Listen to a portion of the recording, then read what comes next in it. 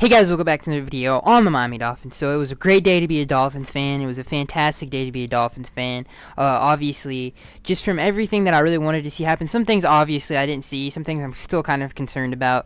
But the number one thing that let's start with the defense. The defense really came out and did what I really wanted to do. And they weren't. It wasn't like they were going against a slouch run game offense. Like the Atlanta Falcons have a really good run offense and they have really good running backs with Devontae Freeman leading the helm.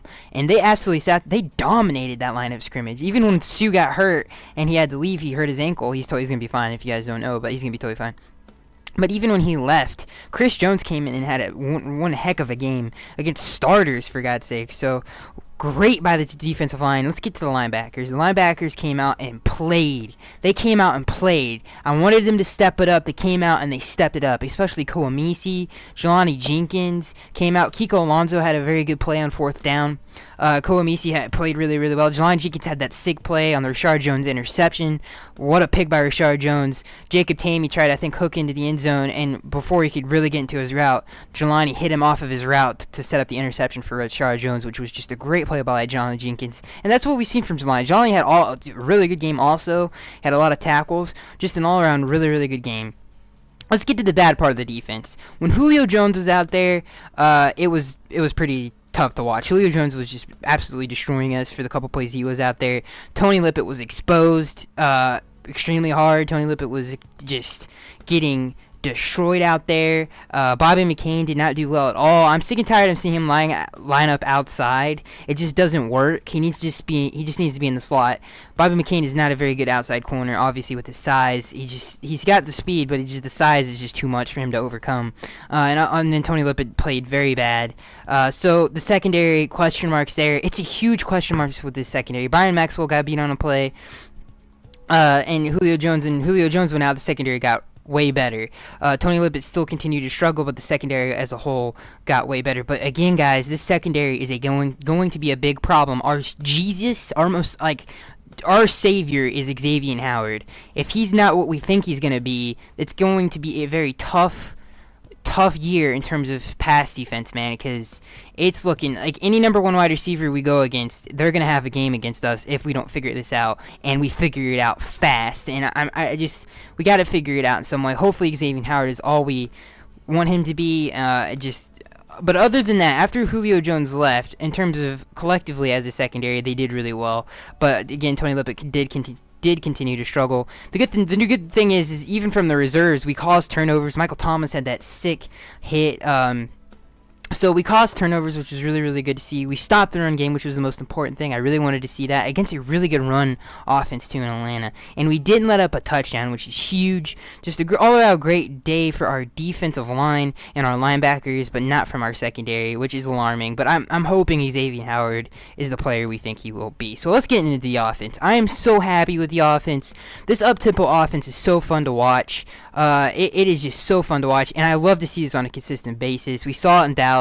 We see it here. We saw it when we played the Giants. It's gotten better every week, which is awesome. The tempo is amazing. Ryan Tannehill looks comfortable back there making audibles, which is great news.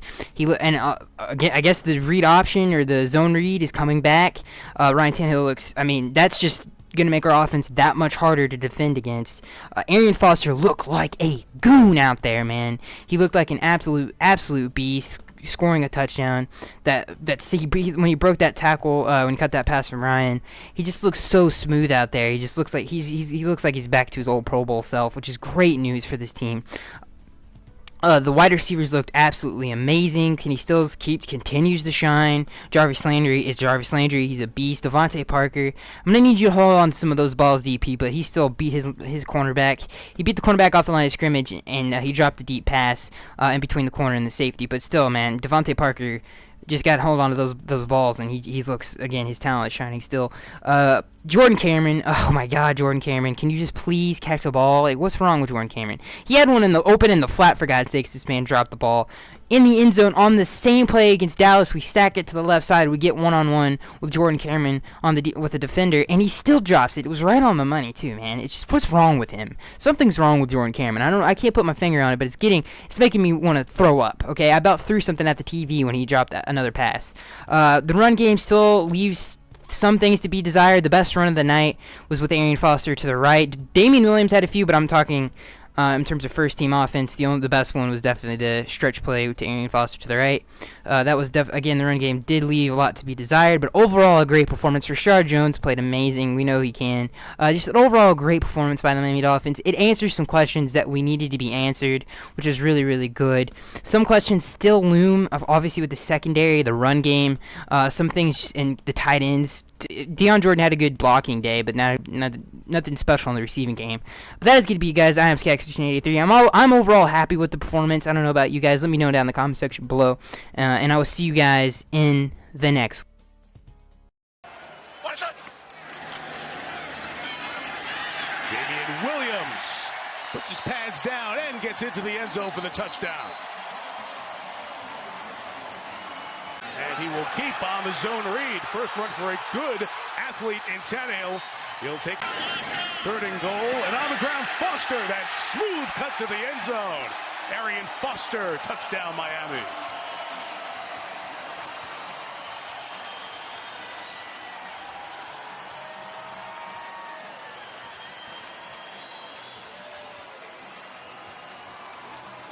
They call this butter.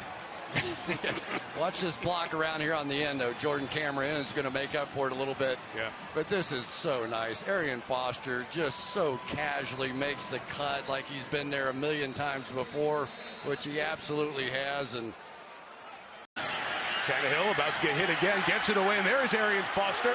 Breaks away from a tackle, and we saw a lot of that in the best days of Foster in Houston. Well, here's the reason you're excited if you're a Miami Dolphins fan. Because in this no-huddle offense, the goal is to try and run 10, 12 plays in a row. And a guy like Arian Foster can stay on the field, and you have to almost stay zone like the Dolphins have here. 5 in the pattern. Ryan fires, intercepted at the goal line. And Rashard Jones out of bounds right around the 20-yard line. To the area where Atlanta has to be better this year. And they turn it over.